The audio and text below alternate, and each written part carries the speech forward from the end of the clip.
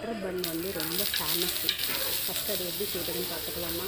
First வந்து தோசை சட்டியில் பட்டரை வந்து நல்லா ஒரு 1.5 ஸ்பூன் போட்டு நல்லா இது பண்ணிவிட்டு அதுக்கப்புறம் நம்ம வாங்கி வச்சுருக்க பண்ணை வந்து கட் பண்ணிக்கணும். 2ஆக கட் பண்ணிவிட்டு அதில் கொஞ்சம் பட்டரை தடவிட்டு நல்லா தடவிட்டு அப்ளை பண்ணி தோசை சட்டியில் போடணும். தோசை சட்டியில் போட்டு வச்சு இது பண்ணணும்.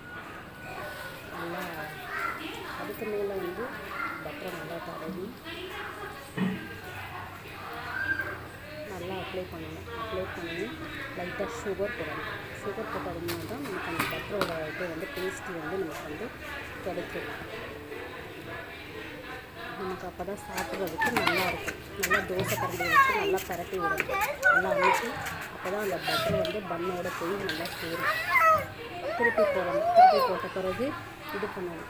திருப்பி போட்ட பிறகு இது பண்ணி நல்லா வைக்கணும். அப்போ தான் அந்த பட்டர் பண்ணோட இது நல்லாயிருக்கும், டேஸ்ட்டாகவும் இருக்கும்.